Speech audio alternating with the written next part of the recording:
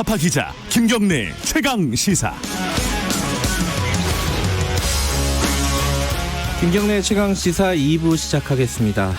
아까 예고해드린 대로 오늘은 김상조 정책실장 모시고 어제 문재인 대통령 신년사 뒷담화라고 해야 되나요? 그 부분도 좀 얘기를 해보고요. 앞으로 이제 사실상 2기가 시작이 된 건데 정책 방향에 대해서 좀 여쭤보겠습니다. 스튜디오에 직접 모셨습니다. 안녕하세요. 네, 안녕하십니까. 새해 복 많이 받으시라고. 좀 늦었죠? 예. 그래서 봤으니까. 새해 복 많이 받으시고요. 예. 남는 복 있으면 저한테도 좀 주십시오. 예. 어제 뭐 현장에 계셨으니까요. 예. 예. 제일 좀 인상적이었던 부분이나 기억 남는 부분이 있으십니까 혹시? 사실 어제 기자회견 끝나고 대통령님과 몇몇 참모들이 점심을 같이 했습니다. 그런데 뭐 그 자리에서 뭐 당연히 기자회견에 관한 그렇겠죠. 말씀들을 나눴는데 네. 뭐 대통령께서는 뭐 이런 부분은 조금 질문이 없었다라든지 또는 설명이 좀 미진했다 이런 아쉬움을 표시하지는 않으셨어요. 안 했다고요? 예, 예. 그랬으면 그게 뭔지 물어보려고 했더니. 정말로 이렇게 굉장히 좀 모든 질문에 대해서 진솔하고 구체적으로 말씀하셨다는 느낌을 가지신 것 같고 아쉬움이 없으신 것 같았습니다. 그래요? 다만 이제 제가 드는 생각이 하나 있었어요. 예. 어제 세 개의 파트로 나눠서 진행이 네. 됐는데 특히 이제 정책실장인 제가 관심을 주로 갖고 있는 중간 두 번째 예. 경제. 민생 경제에 예. 관한 부분에서 혹시 작년 기자회견과 차이를 느끼시지 못하셨습니까? 저는 잘 모르겠네요. 작년에는 네. 뭐 소득주도 성장, 예. 최저임금, 근로시간, 고용의 양과 질 등등 여러 경제에 관한 이제 뼈아픈 질문들이 굉장히 많았습니다. 네. 그런데 어제 경제 파트에서는 아. 부동산이나 이제 지방의 소멸 위기에 예. 관한 질문들이 많았지만 1년 전과는 확실히 다른 어떤 분위기였다라고 저는 느꼈고요. 네. 그 두 번째 파트에서 6개 질문 끝나는 부분에 추가 질문 2개 정도가 민생과 경제에 관한 것이었는데 저는 어제 보면서 뭐 기자들도 그렇고 우리 국민들도 그렇고 이제 네. 한국 경제가 좀 이제 터널을 지나서 좀 뭔가 회복 기운을 받고 있다 이렇게 좀 느끼시는 게 아닌가라고 저는 생각을 했습니다. 좀 낙관적이지 않느냐. 네. 현실보다 조금 더 한 발 정도 더 낙관적이지 않느냐. 이제 대통령의 인식이 예를 들어 뭐 경제가 좋아지고 있다라는 게 지금도 이제 상황은 안 좋잖아요. 물론 상대적으로 워낙 바닥을 쳤거나 이게 상대적으로는 좀 좋아질 수는 있겠지만은 조금 더 위기의식을 갖고 있어야 되는 거 아닌가라는 그런 지적들도 일부 있었습니다. 오늘 아침에 보니까요. 뭐 예. 사실 원래 정초부터 네. 이란과 미국의 분쟁 등 네. 뭐 예측할 수 없는 어떤 상황 변화가 있기 때문에 뭐 지나치게 낙관하는 것은 사실은 말이 안 되는 것이죠. 네. 그렇지만 이제 작년이 매우 어려웠던 것은 분명하고요. 네. 뭐 모두가 올해는 작년보다는 나아질 거다라고 생각하고 있고 또 한 가지 좀 지적하고 싶은 것은 뭐냐면 한국 경제가 작년에 어려웠던 것은 사실이나 우리나라만 어려웠던 거 아닙니다. 뭐 IMF 총재가 얘기했던 것처럼 전 네. 세계 나라 중에서 90개국이 90%가 사실은 경기 하강을 경험하고 있었고요. 네. 그중에서는 사실은 우리가 매우 상대적으로 나은 성적을 기록하고 있었습니다. 우리가 우리의 시각에만 이렇게 딱 사로잡혀 있기 때문에 네. 굉장히 좀 편향되거나 과장된 인식을 가질 수가 있지만 네. 뭐 한국 경제는 여전히 건강하고 그리고 앞으로 나아질 거라고 생각하고 여러 가지 위험 요소들을 잘 관리하면서 우리의 네. 활력을 되살린다면 뭐 국민들께서 체감할 수 있는 변화를 만들어낼 수 있을 거라고 생각을 합니다. 알겠습니다. 그 경제 부분은 조금만 이따 하고요. 예. 그래도 지금 정책실장 자리가 사실 경제 쪽이잖아요. 경제 쪽인데. 뭐 사회정책도 합니다. 예, 그래도 이제 뭐 검찰 개혁이라든가 혹은 또 남북 관계라든가 이런 부분들은 간단하게는 좀 짚고 넘어가야 될 것 같아요. 청와대 대표 선수로 오셨으니까요. 네, 알겠습니다. 그 검찰 얘기는 요거만 여쭤볼게요. 지금 검찰 쪽에서 반발이 실제로 가시화되고 있습니다. 이 일부 소장파라고 할까요? 어쨌든 그런 검사들이 사표도 내고 뭐 내부 게시판에 글도 올리면서 이게 그 역사에 유례 없는 조치다. 이 검경 수사권 조정이라든가 이런 것들이 물론 검사들 시각에서 그렇겠지만은 아마 반발이 현실화될 가능성도 더 크게 왜냐하면 추가 인사가 있기 때문에 가능성도 있을 것 같아요. 이 부분에 대해서 청와대는 어떻게 좀 대책을 마련하고 계신지. 뭐 검찰 개혁은 문재인 대통령의 1호 공약이고요. 네. 뭐 우리 시대의 소명이라고 할 수가 있는데 이런 네. 거대한 변화를 거치는 와중에 어찌 진통이 없겠습니까? 뭐 그런 의미에서 뭐 일부 검사들께서 여러 가지 불안이나 불만을 뭐 토로하시는 것도 저는 네. 당연한 과정이라고 생각하고요. 뭐 예. 제가 공정위에 있을 때도 뭐 공정의 어떤 변화 과정에서 공정위 직원들이 그 비슷한 과정을 거치기도 했었습니다. 아하. 다만 이제 이것이 어떤 방향으로 이제 정리되느냐라고 네. 하는 것이 중요하다고 생각을 하는데요. 어제 대통령께서도 분명하게 말씀하셨지만 네. 범죄 행위에 대한 수사는 검찰의 권한이고 엄정하게 수사가 되어야 됩니다. 네. 그렇지만 모든 권한은 국민으로부터 위임받은 것입니다. 그렇기 때문에 그 권한이 국민의 인권과 재산권을 보호하는 방향으로 진행이 돼야 되겠고요. 네. 이런 변화를 위해서는 공수처법이나 검경수사권 조정법 등 네. 법제도적인 완비도 필요하지만 물론 아직도 하위법령을 정비하려면 많은 과제들이 남아있지만 네. 무엇보다도 중요한 것은 검찰 스스로 수사 관행을 개선하고 조직 문화를 개선하는 모습을 보여야만 검찰이 국민으로부터 신뢰받는 기관으로 거듭날 수 있고 그것이 우리 모두를 위한 길이다. 라고 생각합니다. 이것은 제 생각이 아니라 대통령님의 뜻입니다. 네. 제가 이제 사실 강론을 여쭤본 건데 이 총론으로 대답해 주셨어요. 근데 뭐 더 이상 안 여쭤볼게요. 이 부분은 뭐 많이 사실 얘기했던 제 부분이라. 소관이 아니라서 더 구체적으로 말씀드리기도 남북 곤란합니다. 관계는 이 부분이요. 지금 계속 대화 요청을 우리는 하고 있는데 저쪽에서 받아주지는 않고 있잖아요. 예. 이 상황에서 이 아까 경제랑 비슷한 얘기인데 대통령의 인식이 너무 낙관적인 거 아니냐, 좀 이제 변화를 모색해야 되는 거 아니냐, 이런 지적에 대해서는 어떻게 보십니까? 이 뭐 남북 관계를 비롯한 외교안보 사안에 대해서도 최근에 네. 제가 어느 다른 언론 인터뷰에서도 말씀을 드렸지만 외교안보 사안은 네. 출구를 찾는 문제가 아니라 입구를 찾는 문제다라고 하는 것을 제가 지난 6개월 동안 배웠습니다. 그게 어떤 뜻이죠, 구체적으로는? 그러니까 출구를 찾는다라고 하는 것은 네. 예컨대 이제 북한과 미국과의 관계라고 한다면 네. 비핵화와 안전 보장이라고 하는 것이 출구일 겁니다. 네. 그건 모르는 사람 없습니다.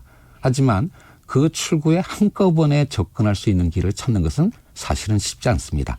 그 한참 전에 당사자들이 서로 얼굴을 맞대면서 신뢰할 수 있는 대화를 나누는 것, 이게 네. 입구거든요. 예. 여기서 사실 작년에 하노이 회담에서 노딜 샥이 벌어지면서 상당한 진통을 겪고 있는 거고요. 네. 다시 이 입구를 찾는 암중 모색의 과정이 이루어지고 있는데 네. 그 과정은 북한과 미국만의 어떤 노력으로 될 수 있는 것이 아니라 네.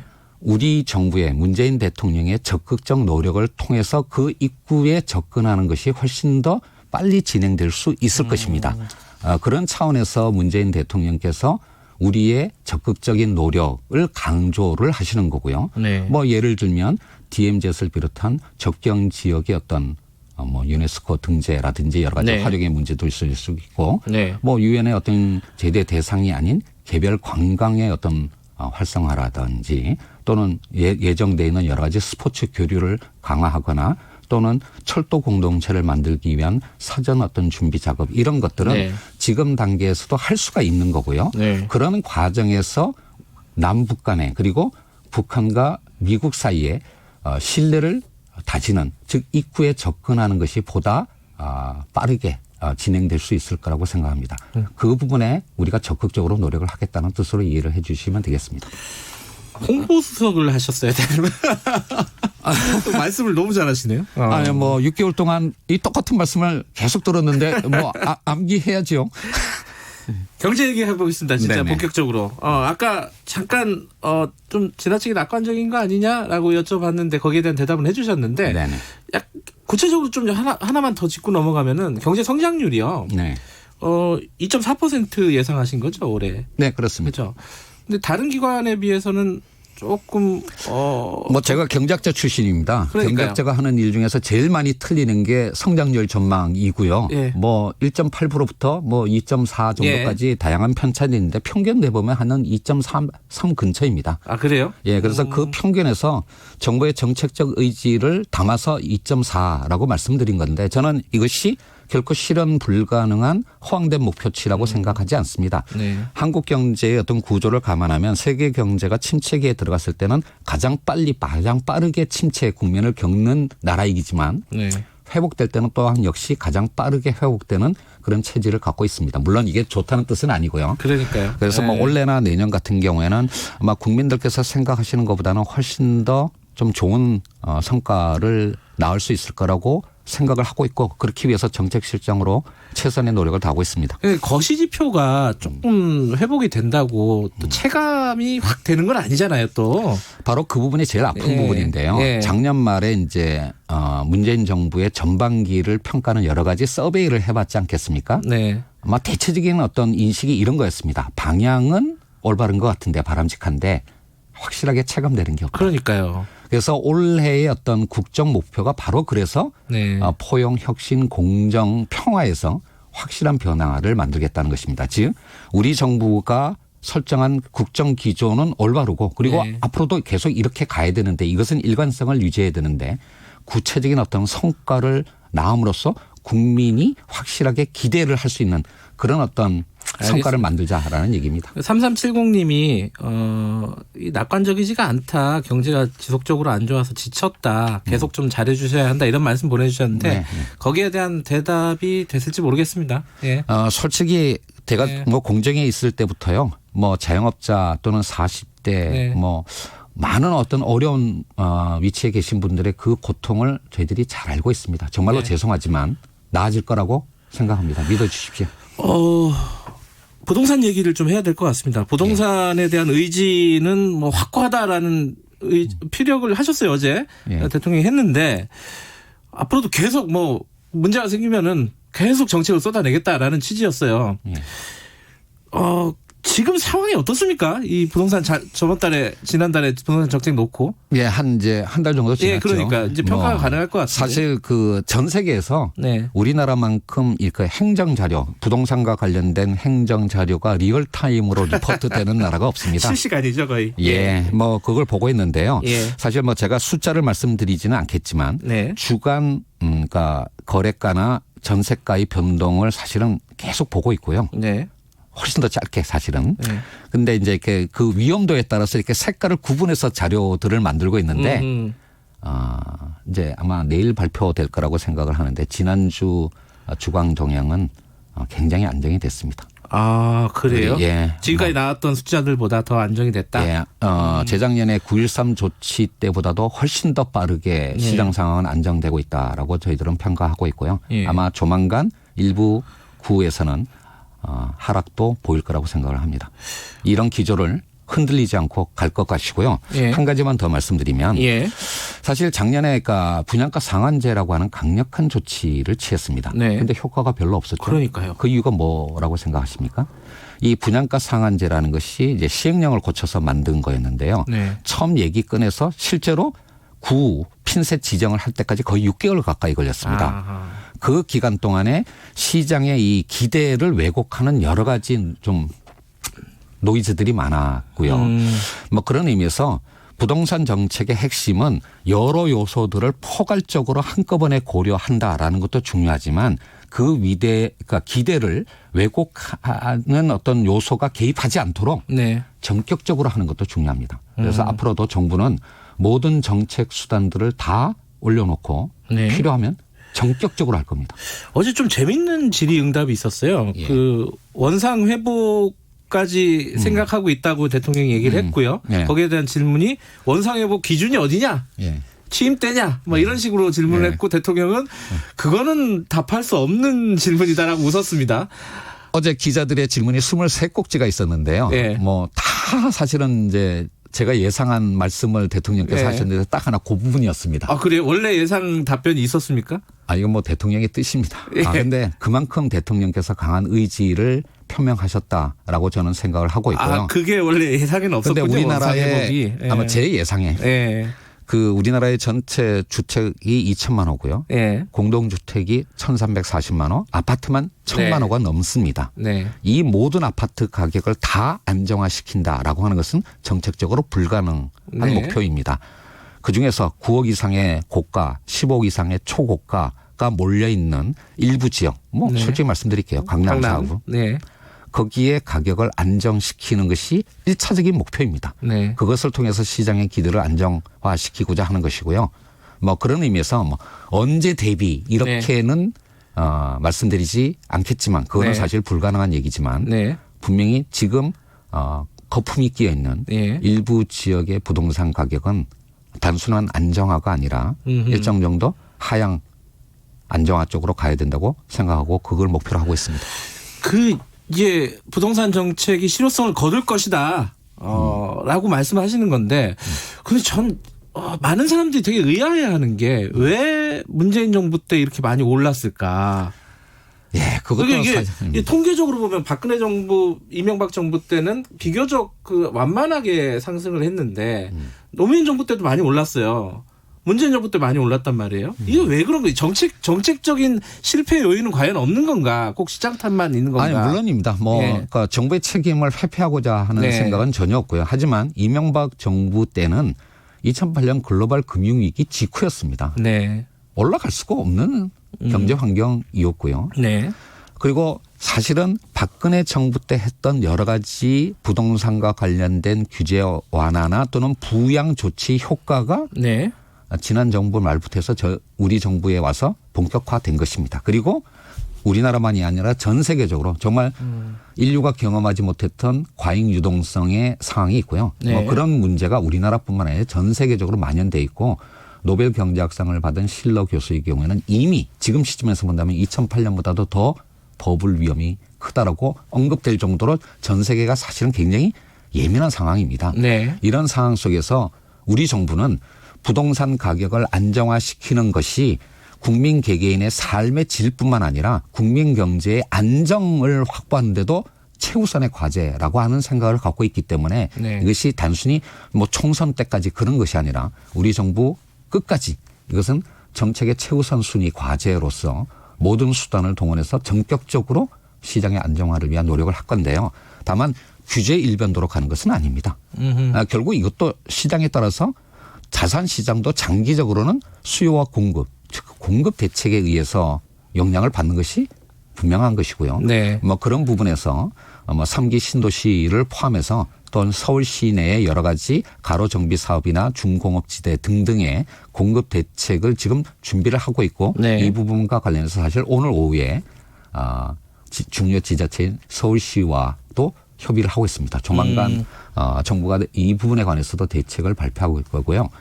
세금뿐만 아니라 대출 규제, 거래 질서 확립, 더 나아가서 전세 제도와 공급 대책까지 모든 정책들을 정부는 준비하고 있고요. 필요할 때 전격적으로 시행할 겁니다. 지금 집값은 지표가 좀 안정적이다라고 말씀하셨는데 전세값 많이 오른다는 얘기는 이건 어떻게 보십니까? 그것도 사실은 지역마다 상당한 정도의 차이가 있습니다. 학군을 비롯해서 되게 특수 수요가 있는 지역이 있고요. 또 한편으로는 수도권 남부 쪽에 그동안 이제 재건축 등등이 이어지면서 이 공급이 좀 전세 공급이 갑자기 줄어든 지역이 일부 있습니다. 그런 어떤 상황들이 있는데요. 그러니까 겨울방학 등 그러니까 전세 수요가 많은 시기가 지나면 상당 부분 안정화될 거라고 생각하고 사실 12월 16일 이후 전세가의 상승 폭도 굉장히 많이 줄고 있습니다. 더 센 정책. 제가 어디 인터뷰를 들어보니까 김상조 실장께서 더 센 정책도 마다하지 않겠다라고 했고 대통령도 어제 같은 취지로 얘기를 했어요. 더 센 정책이 뭐가 있습니까? 경제학적으로 정치적으로 생각할 수 있는 모든 정책 메뉴를 지금 제가 다 갖고 있습니다. 12월 16일 날 절대 소진한 거 아닙니다. 그러니까 18번 하면서 다 쓴 거 아니냐라고 생각하는 사람들도 있을 것 같은데 아니에요? 아직도 많습니다. 그래요? 근데 제가 이거를 얘기하는 순간 또 시장의 기대를 왜곡하는 여러 가지 노이즈들이 나올 겁니다. 절대 미리 말하지 않을 겁니다. 작년에 분양가 상한제 4개월, 6개월 동안 끌면서 그 효과를 무력화시키는 그 과정을 네. 반복하지 않을 겁니다. 필요한 물론 정책이라는 것이 이렇게 깜짝쇼 방식으로 하는 것이 옳지 않다는 것은 예, 그 얘기를 여쭤보려고 했는데 경제학자가 사실은 피해야 할 요소라는 걸 잘 알고 있습니다. 예. 하지만 그러니까 이 자산 시장의 경우에는 일반 예. 상품과는 다른 측면들이 많고요. 네. 그 장기적인 어떤 공급 대책의 효과를 발휘하기까지의 과도기 기간이 꽤 깁니다. 네. 그 과정에 기대를 왜곡하는 요소를 방치하는 것은 정말로 정책 중에 하책 중에 하책입니다. 그 부분을 제거하기 위한 노력을 하고 있고요. 정말 이 부분에 관해서는 전격적으로 하는 것이 가장 올바른 정책이라고 생각을 합니다. 알겠습니다. 지금 타다 얘기를 잠깐 해보고 예, 싶은데 시간이 많지 않아서 깊이는 못 들어가고요. 저 총론을 한번 좀 여쭤볼게요. 사실상 타다가 뭐 4차 산업혁명, 뭐 신산업, 뭐 여러 가지로 이름을 붙일 수도 있는 건데, 그 갈등이 생겼지 않습니까? 구산업과. 거기에 대한 정책 조율이 사실상 실패한 거 아니냐, 정부 입장에서 보면은. 어떻게 생각하십니까? 그 문재인 정부가 혁신 성장을 위해서 정말로 많은 일을 했습니다. 네. 뭐 규제 샌드박스요. 예. 세계 어느 나라보다도 많이 빨리 가고 있고요. 네. 규제 자유 특구도 하고 있고 적극적 행정도 하고 있습니다. 그리고 얼마 전에는 데이터 3법이 국회를 통과하기도 했었고요. 여러 가지 찬반 논란이 있는 이슈이지만 정부는 네. 이 혁신 성장과 관련해서도 주저하지 않고 가고 있습니다. 네. 그런데 마치 타다 문제가 문재인 정부의 혁신 성장의 진정성을 다 훼손하는 모든 것인 것처럼 얘기하는 것은 과장된 거라는 말씀을 하나 드리겠고요. 보도가 너무 많이 되니까요. 예. 그리고 또 하나는 뭐냐면 혁신이라고 하는 것은 현행법의 기준에서 본다면 적법과 불법의 경계선에 있는 부분들이 많습니다. 네. 따라서 그것을 언제나 그렇게 법적 불확실성을 남겨둘 수는 없는 것이기 때문에 법 제도화하는 과정이 필요하고요. 네. 그 과정에서는 이익을 보는 사람과 손해를 보는 사람 사이에 뭔가 사회적 대화와 타협이 필요하다고 생각합니다. 정부가 이 부분에 관해서 노력 안 한 것이 아닙니다. 그렇기 때문에 타다 측에서도 그렇고 택시 측에서도 그렇고 정부가 지금 진행하고 있는 그 과정에 좀 충실히 좀 참여하셔서 이 부분에 관한 사회적 합의를 이루고 그것이 조속히 법 제도화 되는데 참여해 주시기를 부탁을 드리겠습니다. 타다의 문제가 문재인 정부의 혁신 성장의 성패를 좌우하는 알겠습니다. 리트머스 시험지는 아니라고 생각합니다. 이번에 총선에 안 나오시죠? 당연합니다. 아주 왜 자꾸 저한테 욕을 하세요, 정처부터. 저 안 합니다. 아직도 이게 미련이 있는 사람들이 있나 봐요. 나올까 봐. 아, 그래요? 저는 꿈에도 생각 안 합니다. 예. 이제 집권 2기입니다. 네. 정책실장으로서 그리고 전직 공정거래위원장으로서 경제학자로서 집권 2기에 꼭 이건 하고 싶다. 몇 가지만 말씀해 주시죠. 그 포용, 혁신, 공정. 네. 우리 정부의 포기할 수 없는 가치들이고요. 네. 단순히 이 충돌하는 것을 다 함께 갖고 가겠다라는 뜻이 아니라 혁신과 공정은 동전의 앞뒷면입니다. 혁신을 통해서 우리 세대의 젊은이들에게 도전할 수 있는 기회를 부여하는 게 바로 공정이라고 생각합니다. 네. 그래서 혁신과 공정을 함께 추구함으로써 젊은이들에게 희망을 줄 수 있는 성공 사례를 빨리 만들어 가고 있고요. 아마 정초에 여러 가지 의미 있는 정책적 뉴스들이 많이 준비가 돼 있으니까 제가 미리 말씀드릴 수는 없고요. 기대해 주시길 부탁드리겠습니다. 아니, 티저 예고편도 아니고. 예. 공정거래법, 상법 이런 것들도 다 진행 중이십니까? 대통령님께서 신년사에서도 말씀을 하셨습니다. 그런데 한 가지 추가하고 싶은 것은 10초 남았습니다. 법이 모든 것은 아닙니다. 법 이하에 네. 시행령 등의 하위 법령으로 할 수 있는 것도 많고요. 그걸 통해서 우리의 공정 경제의 질서를 만들어 가겠습니다. 김상조 정책실장이었습니다. 오늘 고맙습니다. 감사합니다. Can't call me Ida.